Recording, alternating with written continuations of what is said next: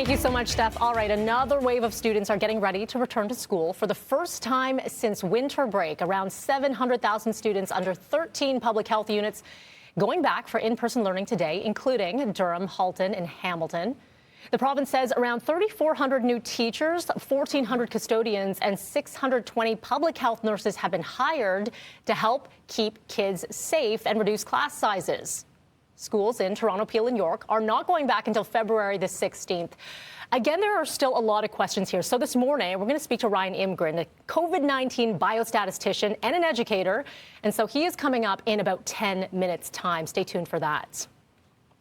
We're going to be keeping a very close eye on this. We could be learning more about the province's gradual reopening plan today. A senior government source says Premier Ford will not extend Ontario's state of emergency, which is set to expire Tuesday. Ford is also expected to announce a transition back to the color-coded restriction system over the next 3 weeks. However, Toronto, Peel, and York will have to wait until at least the 22nd to transition. This afternoon at 3 o'clock, the province's top doctor, Dr. David Williams, will be providing a COVID-19 update. And if you want to watch that one, stay on our website, CityNews.ca. The first cases of both the South African and Brazilian COVID variants have now been found in Toronto. The first case of the South African variant was found with someone who had no recent travel history or known close contact with a newly returned traveler. One person is also currently in hospital recovering from the Brazilian variant. Toronto Public Health saying that that person had recently traveled to Brazil. Meanwhile, Toronto Mayor John Tory is meeting with the GTHA mayors and regional chairs at noon, and we'll be holding a media update that's at 2 this afternoon. As always, we'll stream that one on our site, citynews.ca. Well, Ottawa is pledging to pick up the pace after a bumpy start to Canada's vaccine rollout. Procurement Minister Anita Anand claiming the temporary delays are largely behind us after Pfizer scaled back delivery last month while upgrading its production plant in Belgium. She says Canada is still on track to meet its target of receiving 6 million vaccines by the end of March. Rollout is expected to ramp up next week when Pfizer delivers 336,000 doses.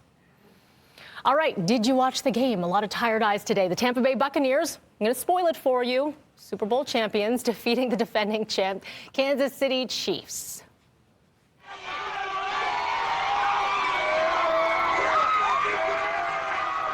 Isn't that strange to see? Yeah, crowds and no masks. Buccaneers fans here celebrating their team's second Super Bowl championship in downtown Tampa. It's just strange to watch this, despite a mandate from the city's mayor requiring masks, but you saw what happened there. So the Bucs won 31-9, led by Tom Brady with his record-extending 7th Super Bowl triumph. Huge night.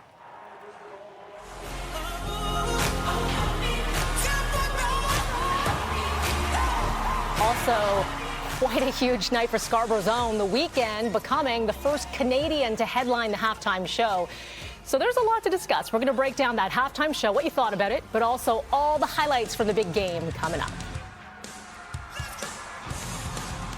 I personally liked it. I liked it. All right.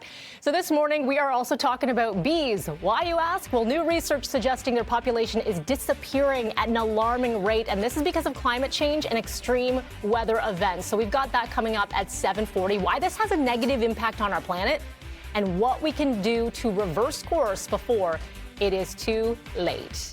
And coming up next in business, some support from Snoop Dogg sending a new cryptocurrency stock through the roof. All inspired by a meme of a dog. Mike Epple, he'll explain this one coming up after the break.